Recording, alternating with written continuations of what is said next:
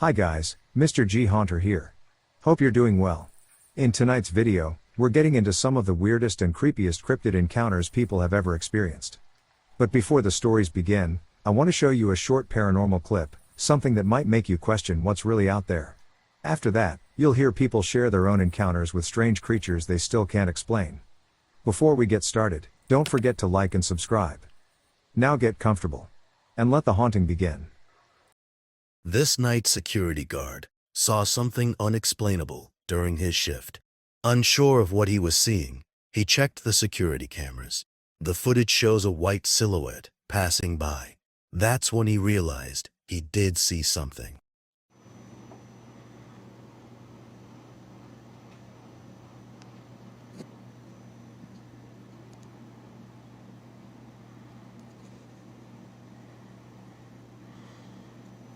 Look at I saw that shit. I saw that shit. See, I saw that shit. And I'm like, and then it disappeared over there by the desk. And I'm like, okay. So I looked at the camera. I'm like, you know what? I'm gonna calm down. So I wanted to tell the camera, y'all see that shit? Y'all saw that shit, right? I'm telling CHA, did y'all see that? Okay.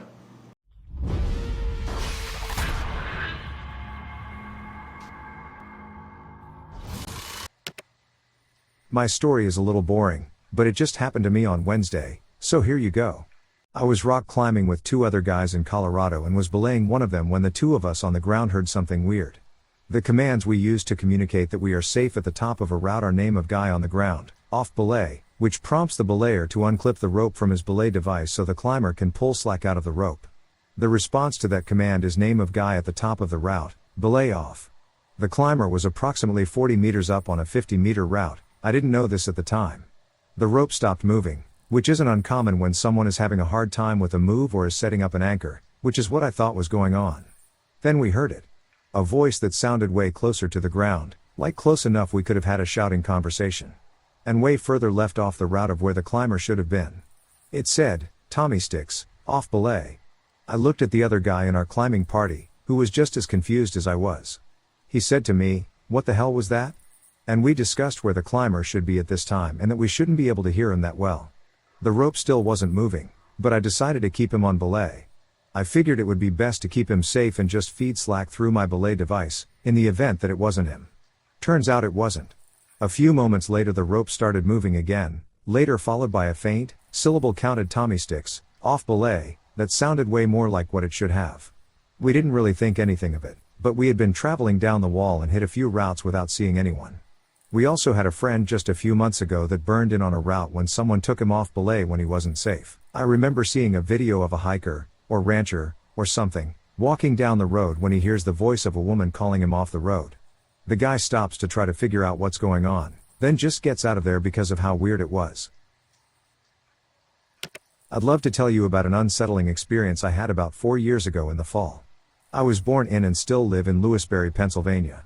My younger years were spent back near the old observatory, around Moores Mountain Road and Observatory Drive. Even then I could sense that area was a little off. The woods were just not quite right, open fields seemed eerie, and the roads never seemed to go the exact places you thought they did. Moores Mountain Church boasted Spook Hollow, which was a logging road that just kind of petered out that reeked of being creepy. But let's get to the present. Most nights more than not I will drive down to New Cumberland for a cold beer and some darts, and one night in October 2012 was no different. On the return trip, not long after midnight, I was on Route 382 headed east towards Lewisberry. As I was approaching, John Brenneman's place was up on the right. Just before Brenneman Drive, I saw someone walking towards me along the side of the road. True, it was late, but it was rather mild for October, so it wasn't out of the question that someone might be walking along the road. What was odd is that he was quite tall, 6 feet 6 inches or taller, and really thin. In the few seconds I was looking at him, I noticed that he seemed to be dressed all in black, with black pants, a tight black trench coat, very dark skin, and short dark hair. He was either limping or having trouble walking. As I debated slowing down, maybe someone had had an accident, he dropped down to all fours and quickly scampered across the road in front of me. He has a face that was, as I said, coal black with a cross between a human and canine face. And then, he was gone. When I got home I hadn't really thought much about it, but over the next day or two it really started to give me the creeps. I didn't say anything to anyone for a few days and then told a few close friends. Being self-employed and fearing derision, I was reticent to make much ado about it. Although I have always been an enthusiast of the paranormal and some other things like cryptozoology, ghosts, and such, I have always been a dyed-in-the-wool skeptic. I can't explain what I saw or begin to postulate what it was. I only know I saw it, and it creeps me out. I have 3 in the same apartment at the age of 9. On the first occasion I was 9 years old living in a 3-bedroom apartment with only me and my auntie home, who was babysitting me. We were passing this ball to each other and rolling it on the floor in the hallway where the 3 rooms were located. She tossed the ball a bit too hard, and it rolled into the room at the end of the hallway, so we left it there and began doing something in the living room. We heard a noise and both went and looked down the hallway. The ball that was in the room rolled out as if someone pushed it back out and was rolling down the hallway. She got freaked out, and I remember her repeating the story to many family members. The second occasion was a couple months later. I had this Nerf arrow and bow set that was extremely hard to pull back for a kid's toy, so I struggled with it. I remember thinking, I need help with this. And I used both hands on the handle of the bow to pull it while it was as though someone was pulling the string back when I knew no one was in that room but me. I even remember thinking about it later that day, how weird it was. The third occasion I was making my bed in my room, and I couldn't set the sheet right on the bed, so I kept flipping the sheet in the air above my head trying to get it to set on the bed properly. And I did this 5 or 6 times before saying out loud, I wish someone would just help me with this. As I flipped it in the air for the last time, it was as though something grabbed all 4 ends and laid it perfectly onto the bed. I could even feel it. It felt like someone was pulling all 4 ends of the sheet perfectly onto the bed for me. Shortly after we moved out of the apartment and into a house across the street, apparently others in the apartment were having weird experiences as well. Chairs being moved, things missing. So what happened to my grandfather was a series of abductions that happened around circa 1990. He often traveled because he moved away from his family at a young age, so he was always on the road several times a year. One of these times he recalls it being early morning before the sun came up. Out of nowhere he remembers seeing a huge bright light above the tree line to his left-hand side. It's important to note that he's only an hour out of town at this point, so this bright light is seen, and his first thought is that it's an airplane about to crash or try to crash land on the road, so he speeds up to about 80 miles per hour, and this thing is keeping up with him, so he realizes it's not a plane, and the last thing he remembers is the trees bending, and he blacked out. He comes to and is parked on the shoulder of the road 6 hours later with no memory of his lost time. How he knows he lost time is the 7 or 8 missed calls from my worried grandmother. My grandpa just chalks it up to being overtired, but later he recalls having felt mentally exhausted. After that event my grandpa would get very nervous, and he would know when they were nervous and coming for him. He would even tell my grandmother, "They are coming for me tonight," and he would have anxiety attacks about it all day into the night. The next morning he would come back with markings that looked like cigarette burns on his heels and behind his ears. The ones behind his ears would often leak a white smelly substance. He remembers being pulled out of his house and floating upward toward a craft that would be sitting above his house late at night. They would then lay him on a metal gurney and begin probing him in various spots on his body. He has never seen any of these beings, but he remembers being inside the craft walking down a hallway with a see-through floor. He remembers being guided by 3 beings, one behind him and one on either side of him, down this hallway. They were taller than him. He is about 5 feet 9 inches. He remembers the fear he felt and didn't want to look at or engage with these beings. So he kept his vision to the ground or to the front of him. He recalls looking down through this floor and seeing Earth. On one of these occasions he was taken to the dark side of the moon, where he said he saw towers. The only way he was able to identify the moon was the craters and color of the dirt or dust. These abductions lasted for years, and most he doesn't want to remember because they were very traumatic for him. I can tell you my grandpa is a very caring person and very honest and has no reason to lie about these experiences, and the markings can be confirmed by several people who have seen them firsthand. I've had 2 first-hand experiences. I used to work in a library. It was in an old school building. It had to be around 80 or so years old. So, a couple of years before starting to work there, and before the library was even set up in there, I had heard rumors about it being haunted. A few years back the town had rented it out for a party. 2 of the partygoers had a fight, and it culminated in one of them being shot and killed on the back steps. When I took the job, I asked the head librarian if she had experienced anything weird. She told me that she had heard a sound coming out of the air system that sounded like this. There's no animal that makes that sound in the area. So, a few months went by and nothing had happened. The head librarian and I were walking in the main library room when 3 books and a metal bookend flew off the shelf next to us. They didn't just fall, it was like they were punched from the backside. We investigated it, and the only way we could replicate it was when I punched them off the shelf. At this point I should mention that we were the only 2 people in not only that room but the entire building. We concluded that it was a spirit, though we disagreed on the specifics of what type. Now there is something that you should know about the auditorium in the library before reading the next part. I've never been in a room like it before or since. Your voice cannot carry in that room. The room is almost completely empty. You have to shout to someone across the room for them to even hear what you're saying as a whisper. Also, the room does not echo. I've tried to produce an echo in there before, and I couldn't do it. So at the very least, the acoustics in that room are messed up. A few months later I was working in the library alone. There hadn't been any paranormal activity since the last incident. It got dark early that day, as it was winter. Nobody else was in the library, so I decided to take a leak. I always had an uneasy feeling in the hallway to the bathroom and the bathroom itself, as the murder occurred back in that area. After doing my business, I was walking back towards the office. As I exited the hallway and entered the main room, I heard sounds behind me. I knew that it couldn't be someone as it would have been impossible for me not to see them. I turned around expecting to see some sort of manifestation, but nothing was there. I turned back towards the office. I only got 3 steps away before I heard footsteps behind me. I stopped walking, but I heard a few more steps. I turned my head around, and again, there was nothing there. At this point I decided to test it. I walked forward another 3 steps and stopped. Again, I heard 3 footsteps behind me, almost as if whatever it was trying to mimic me. I turned around yet again, and there was nothing behind me. I just went to the office after that. I firmly believe that what I encountered was a demon of some kind. I live in a small town in a rural area, where there's not much to do but drive around.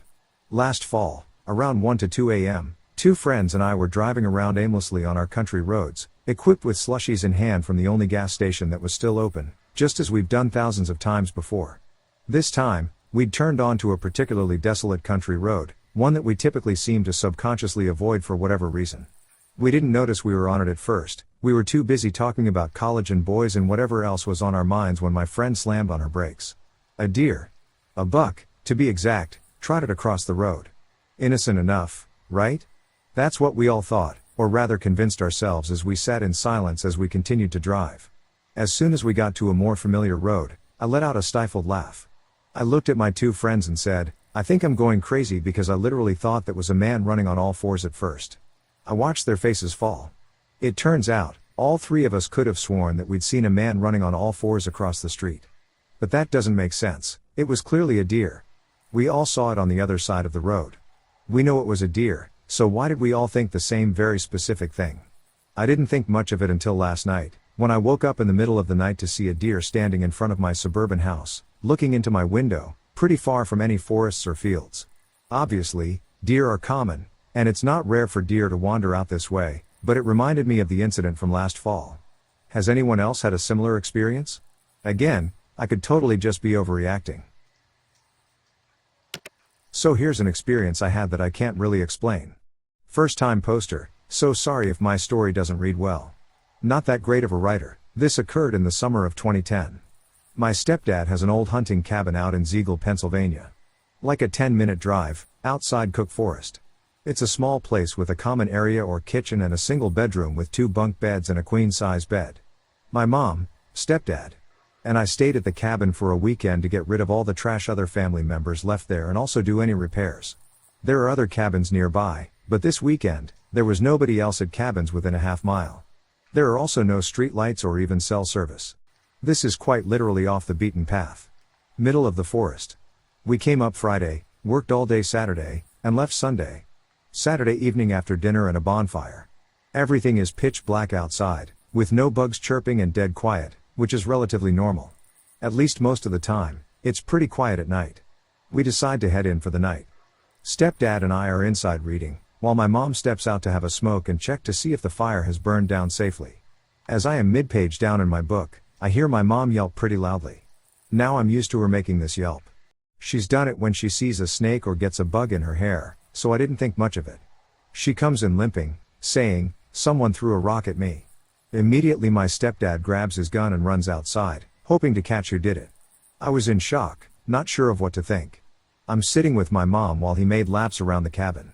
He fired a few shots at the backstop we have set up on the back of the property to scare off whoever is around. Both never said they saw anyone run off or even make noise.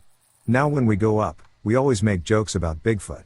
And to be clear, there were no cabins on the road near us that had people staying at them, so I don't know who would be lurking in the woods in pitch blackness, fooling with people.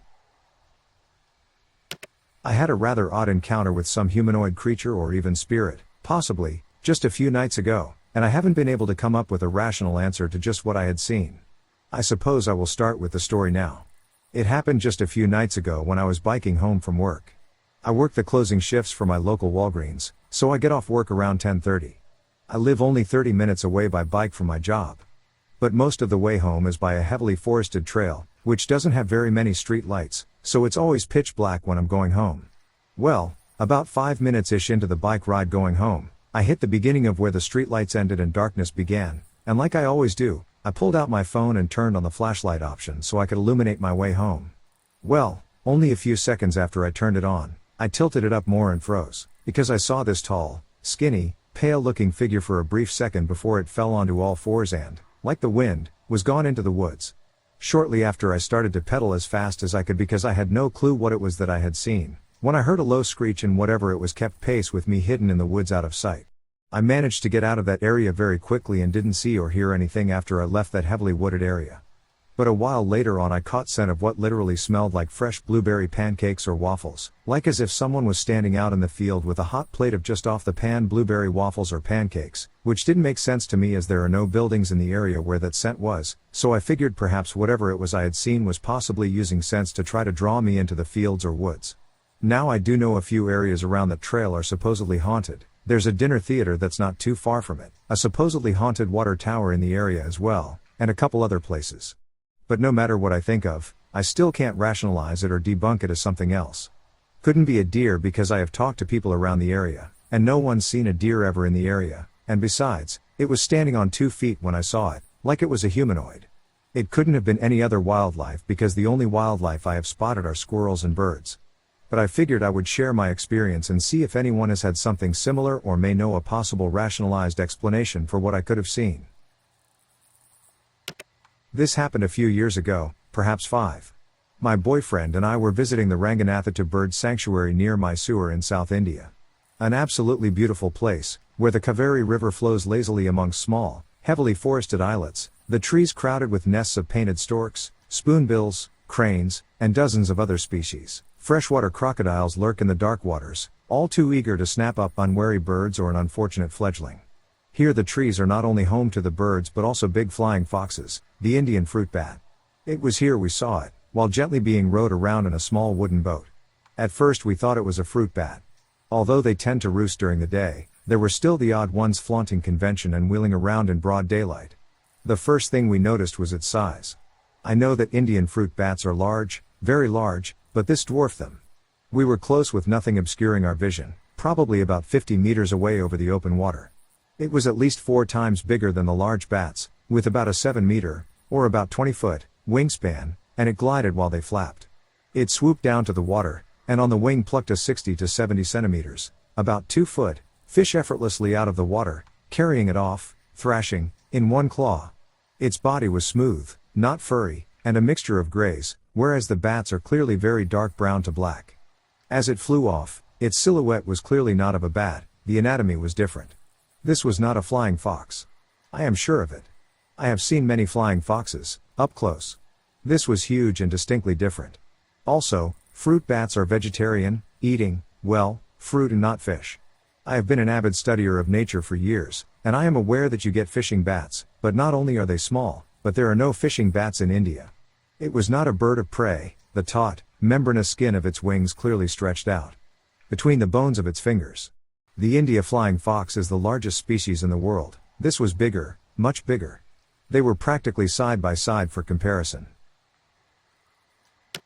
Basically, I think I saw fairies, but I am not sure.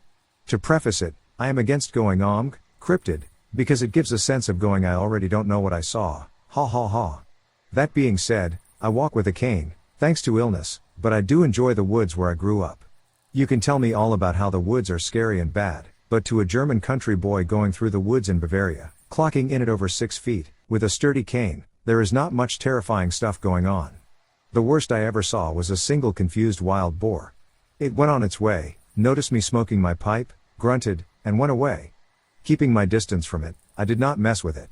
Live and let live. It probably was as confused to see me as I was to see it. Now, after a few years, I had the wanderlust again, so when I went to my mother's to visit her, who lives kind of near a wood, I was like, let's have a pipe of tobacco, if necessary. You seem to have to clarify it when Americans are present. And a stroll through the woods. Now, the climate was typical for Bavaria, nice wind, some clouds, but a bit towards the evening. So, after walking for a while, with my headphones in, I get this tickle on the back of my neck. Now, I must repeat this here, I am over 6 feet, built to scale, and I have a cane. I have seen nothing scarier than the master woodsman tapping me on the shoulder and asking me what the hell is wrong with me for smoking in the woods, with his gun suspiciously almost pointed at me. I am not scared of things like this, and I can use that cane if worst comes to worst to give anybody quite a thrashing. I pull the headphones and check my senses. Sight is clear. I just hear this noise. Like a very spastic squirrel running full speed into a pile of dead leaves.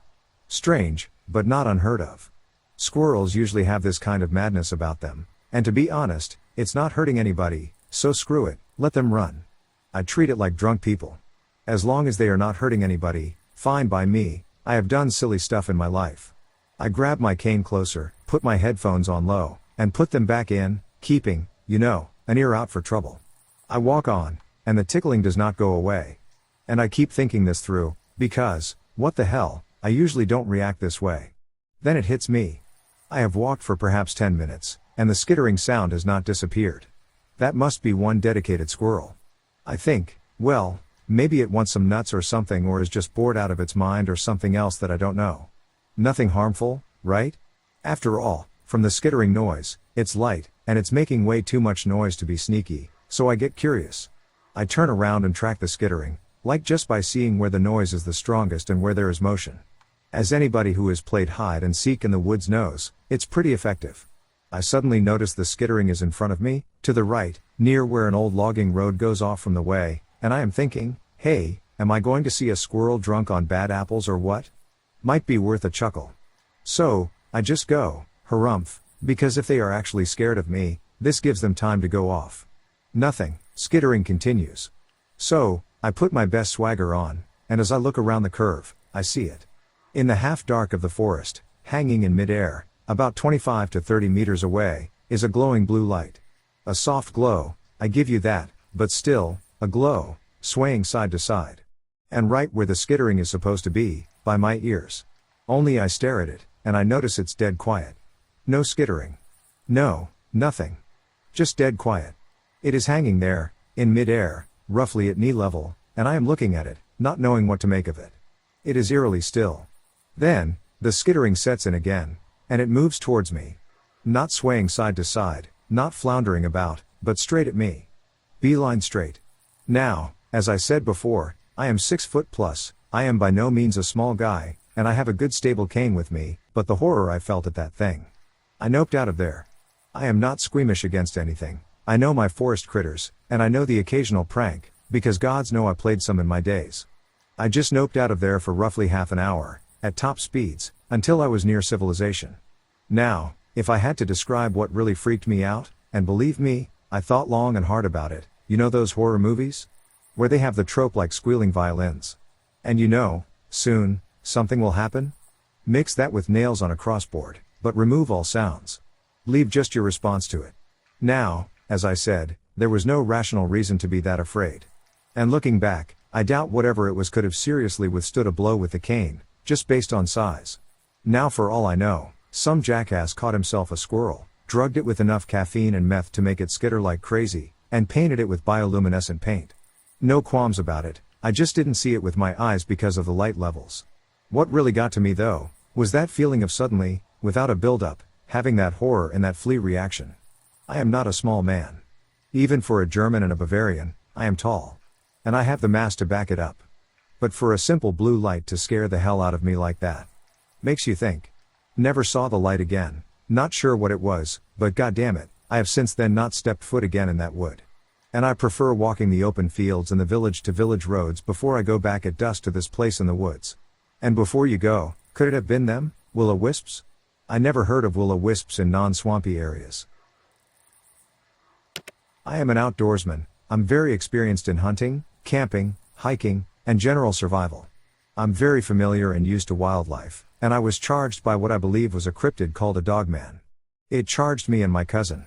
It was not a bear cannot move how it did, and it was not a normal wolf, as they can't comfortably run on two legs, whereas what charged us seemed natural at doing so.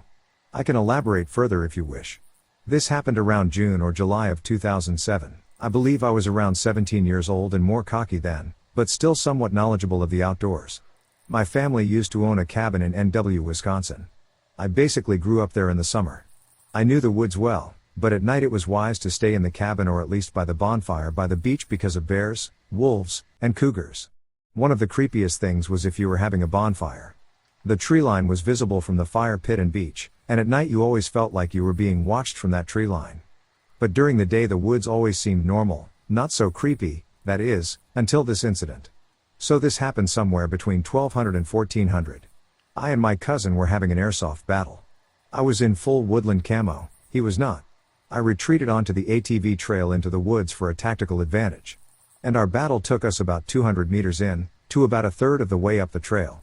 We had had enough at this point and were standing at the edge of a clearing on the trail talking, and he was maybe 10 feet from me when I decided to mess with him. I shushed him and said, "We're being watched." He froze. Then I realized the woods were dead quiet, and I got spooked and started scanning the tree line and the other edge of the clearing from left to right when I saw it. Its teeth gave it away. It was panting and staring at my cousin. I don't expect you to believe me, but what I saw was a wolf as big as a black bear, at least 300 pounds, but it wasn't normal. This wolf was on two legs crouching next to a tree with its arm grasping the tree, grasping with a clawed hand, and it had reddish-brown fur.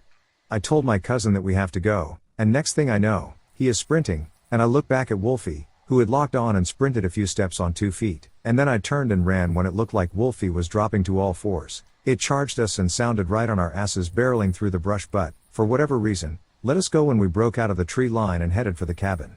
What stuck with me the most was the sheer size. Wolfie appeared to be nearly 7 tall when upright, and where it should have had front paws, it appeared to have large clawed hands. Now I'm not sure how to explain it away rationally. I have heard wolves will occasionally kind of walk upright, but as far as I know, they can't sprint on 2 legs, nor do wolves get that big, and black bears more waddle on 2 legs. The closest description is silly, a werewolf or dogman. Thank you for listening. This happened to me, my little brother, and my cousin. I was about 14 years old, and it was around dusk. We decided to go play basketball at the outside courts. It was still daylight when we first got there, and we usually start heading home about dusk or when the court lights come on. It was only a few blocks away from our grandma's house. When the lights come on, it is usually when the bigger kids get the court to play, but this time we were fortunate enough to have the whole court to ourselves. We were shooting hoops like normal, nothing out of the ordinary, and the lights came on, but we were having fun anyways.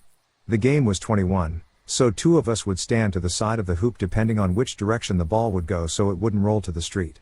And on one of these shots that my cousin made, the ball just missed the hoop and bounced behind it. I managed to grab it before leaving the court when I saw a strange creature.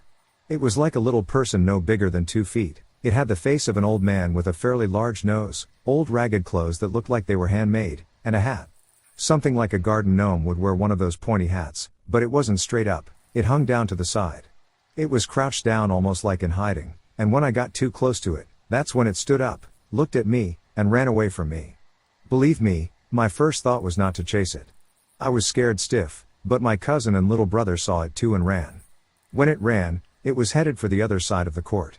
I couldn't believe the speed of it, for this thing to be so small. It made it to the other side in mere seconds, almost a blink of an eye. It ran behind the post, and it was gone. I snapped out of it, and I started to run home as well, and as I ran past that same post, this thing ran behind it. I turned to look to see if it was there, but it was gone. When I got home, my little brother and cousin had already told the adults there what had happened, and they told us that these creatures are called duendes. Apparently there are different types of them too, so that's my experience, and I do hope you enjoyed it. I live in Australia, and many years ago, When I was in grade 6, we went on a school camp to the Grampians. It was one of those week-long trips most schools do, long bus rides, group hikes, campfire nights, the usual stuff. There were about 30 of us kids on the bus, plus 2 teachers. We'd been on the road for a few hours, winding through the mountains, and everyone was getting restless. At some point, the driver pulled over so we could all stretch our legs and get some air. We stopped at a small lookout area, high up in the ranges with a clear view of the valley below. I remember the air being cool and clean, with that sharp mountain smell of eucalyptus. Everyone was scattered around, taking photos, eating snacks, or just talking. That's when someone pointed down the hill and yelled for everyone to look. There, way below us, moving along a narrow dirt track, was a big black animal. At first, it looked like a dog, but as it kept walking, it was clear it was something else entirely. It was sleek and muscular, with a long tail that curved at the end. Even from that distance, you could tell by the way it moved that it wasn't a dog. It had that smooth, gliding walk that big cats have. All of us, teachers included, just stood there watching. Nobody said much for a moment. One of the teachers actually took out a camera and snapped a few photos, though I never saw the pictures afterward. We stood there until the animal disappeared into the trees, and that was that. Everyone started talking at once, trying to decide if it was really a panther or just a trick of the light. But I swear it wasn't a trick. It looked exactly like a black panther, just moving calmly through the bush like it belonged there. That sight has stuck with me ever since, mostly because of how many people saw it at once. It wasn't one of those things where you wonder if you imagined it. There were dozens of witnesses. I've read a few times since then about people claiming to see phantom cats in different parts of Victoria, so I guess it's not that rare of a story, but still, seeing it in person made it very real to me. Years later, I had another strange encounter, this time in the Mount Dandenongs. I wasn't alone, a friend was with me, and we both saw the same thing. We were walking a trail in the late afternoon when we noticed movement off to the side, just behind the trees. Out stepped an animal that I still can't explain. It was black and white, roughly the size and shape of a small bear, though there aren't any bears in Australia. The fur pattern was sharp and distinct, like patches rather than stripes, and it walked on all fours, steady and deliberate. We both just watched it for a few seconds before it moved back into the trees and disappeared. We didn't hear it after that, no sounds of branches breaking or anything. We talked about it the whole walk back, trying to make sense of what we'd seen. The only thing we could come up with was maybe some kind of escaped exotic animal, but that didn't really fit either. Even now, I still don't have an answer for either of those sightings. I know what I saw in the Grampians was real, too many people witnessed it. The second one in the Dandenongs is harder to explain, but it was definitely something solid, not a trick of light or imagination. I don't go looking for things like that, but they seem to show up every so often when you least expect it. I live near Lake Ontario, close enough that I can walk down to the water whenever I want. It's a habit I've kept for years, going out along the pier or marina, especially when the weather's calm. One day, I was out there with a friend, just taking a slow walk. It was one of those mild days where the lake looks flat but still moves, the surface shifting just enough to catch the light. As we got closer to the marina, we noticed a big group of carp right by the edge of the pier. There must have been dozens of them, all just floating lazily near the surface. If you've ever watched carp, you know the way they sort of drift together, half looking for food and half just existing there, mouths opening and closing. I've always liked watching fish from above the water, there's something relaxing about it, seeing them glide just beneath the surface. We stood there for a while, just leaning on the railing, when suddenly the whole group scattered. Not just one or two, all of them. The water broke with splashes in several places, and some darted down so fast you barely saw them go. It happened all at once, like they'd been startled by something big. My first thought was that maybe someone had jumped in nearby, or maybe a predator fish had come through. But when I looked around, there wasn't anyone in the water, and there was nothing visible that could have spooked them. That's when I saw it, about 20 meters out, something large crested the surface. It came up smoothly, not in a chaotic way like a jumping fish. It was long and dark, the color hard to pin down exactly, but it looked almost black against the gray-blue of the water. It rose in one clean motion, curved slightly, then disappeared back under. A few seconds later, it surfaced again several meters away, moving in the same kind of gliding pattern. The second time, I noticed something odd. The shape seemed different, thicker somehow, or maybe more spread out. At first, I thought maybe I was seeing a different part of it, but the motion was too similar. It occurred to me later that maybe it wasn't thicker at all, maybe it was just very long, and I was seeing two separate parts of its body rising at different points in time. After that, it didn't surface again. The lake went still, except for a few small ripples where it had been. The carp slowly drifted back after a few minutes, as if whatever scared them was gone. My friend brushed it off right away, saying it was probably just a big log moving with the current or maybe a large fish. I didn't argue, but the way it moved didn't match either of those things. Logs don't rise and dip like that, and no fish I've seen moves that smoothly or looks that size. I've gone back to that same spot plenty of times since then and never seen anything like it again.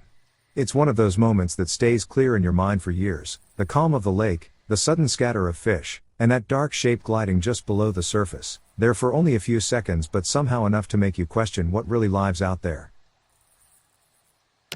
In late summer of 2015, I was traveling with a friend. We were heading out to visit another friend who lived about 3 hours away from the city. It was one of those warm days that still felt like summer but with a little edge of autumn starting to creep in, long stretches of highway lined with open fields, the occasional group of trees, and those small roadside garage sales that seemed to pop up everywhere that time of year. We stopped at a few along the way, picking through boxes of old tools, records, and random household stuff. Between the two of us, we ended up with a few knickknacks, nothing valuable, just things that felt interesting in the moment. It made the drive slower, but we weren't in any hurry. To get to our friend's place, we had to drive through a reservation. The road cut right through the middle of it, wide open spaces on both sides. Then stretches of forest where the trees grew close to the edge of the road. About halfway through, around 6:30 in the evening, something caught my attention out the passenger side window. The sun was still up, that kind of golden late day light that makes everything sharp and bright. That's when I saw it. In the trees, there was something large, larger than anything that should have been up there. At first, I couldn't make sense of what I was looking at. It was tall, easily 2 or 3 times the height of a person, with long limbs that looked like they were hanging or swinging among the branches. Its skin wasn't smooth, it had a rough texture that reminded me of tree bark, the kind that peels in strips. The color was the same too, a mix of brown and gray, blending in with the trunks around it. But what stood out most was that it looked happy. Not in any exaggerated way, just a calm, peaceful kind of expression. As if it was content being there, moving gently between the trees. I just stared, unable to say anything. The whole thing lasted maybe 5 minutes, but it felt longer. My friend kept driving, talking about something, completely unaware. I didn't say a word until hours later, after we arrived and got out of the car. We were at our friend's house, standing in the yard, and I finally mentioned it. Even then, I didn't go into much detail. I think part of the reason I stayed quiet was that feeling of being out in the open countryside, that sense that the land stretches forever, and whatever's out there can see you long before you see it. About a year later, I went to see a medicine woman in the city. I told her about what I'd seen and asked what she thought it could have been. She listened quietly, then said it sounded like a shape-shifting Sasquatch, a spirit being that can take on different forms. I didn't know what to make of that, but something about it felt right, or at least close to the truth of what I'd experienced. Even now, when I think back on that drive, I can picture that thing in the trees clearly. The color of its skin, the slow, fluid motion, the sunlight catching the edges of the branches. It didn't feel threatening, just completely out of place, like catching a glimpse of something that was never meant to be seen from a passing car. I once saw this giant white dog that almost had a lion-type face. It was around 3 a.m., and we were driving home from a relative's house way out in the boonies of upstate New York. It was one of those long, quiet drives where the only light comes from your headlights and the occasional porch glow far off in the distance.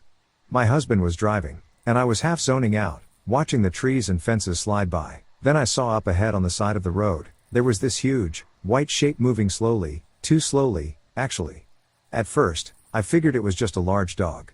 The size threw me off a little, but in rural areas you see big dogs all the time, sometimes even strays or farm dogs wandering out at night.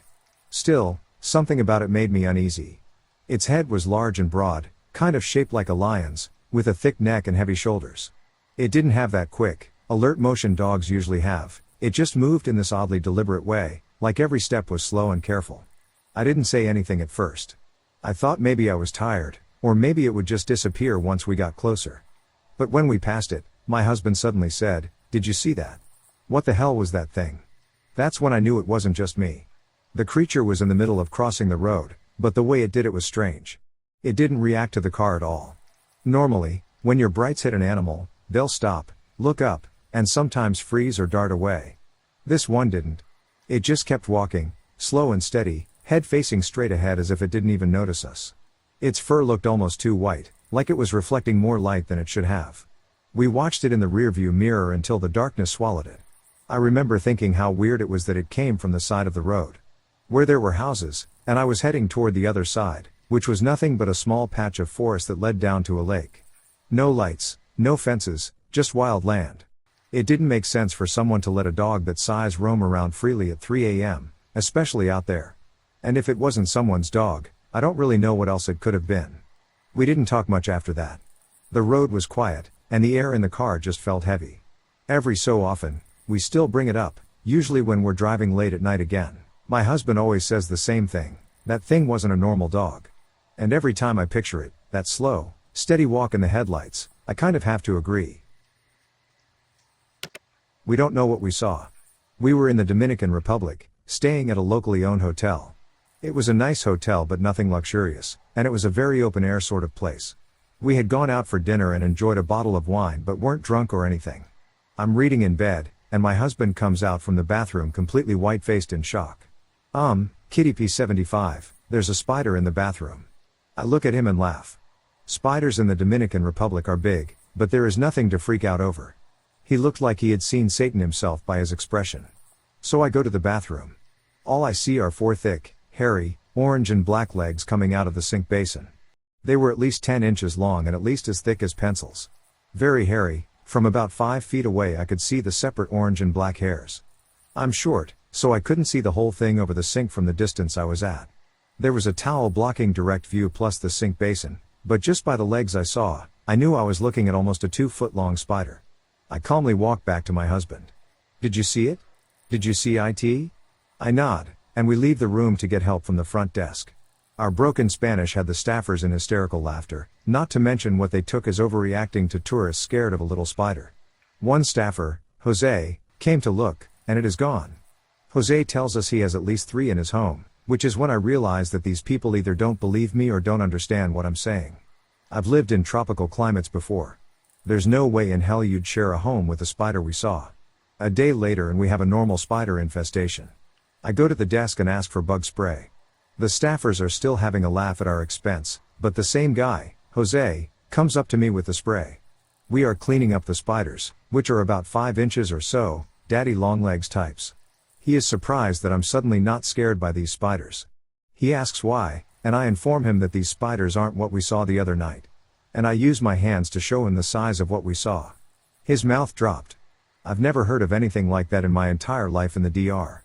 But who knows what comes out of the jungle. It wasn't until a little while later that my husband, while discussing Harry, our pet name for this spider, realized that I had only seen half of it. My estimate of 10-inch leg plus 10-inch leg for a total of about 20 inches, 2 feet, was severely off. He saw the whole body, and the body, minus the legs, was as wide as an entire hand. A grown man's hand. So it likely was way bigger than 2 feet in diameter. He also said there were multiple big black eyes. I have since gone on numerous arachnid websites and have even contacted arachnologists to try to identify what we saw. Most came back suggesting a Mexican spider, I forget the name of it now, that might have somehow gotten to the Dominican Republic in someone's luggage. But that spider is not what we saw. What we saw was basically a Spidersaurus rex. That's all for tonight's cryptid encounter stories. Between the clip and these experiences, it really makes you wonder how much of the unknown is still hiding out there. If you made it to the end, thanks for watching. Don't forget to like, subscribe, and share the video, it really helps me out. And let me know in the comments, what do you think about the clip? And have you ever had a cryptid encounter of your own? Until next time. Stay curious, and stay haunted.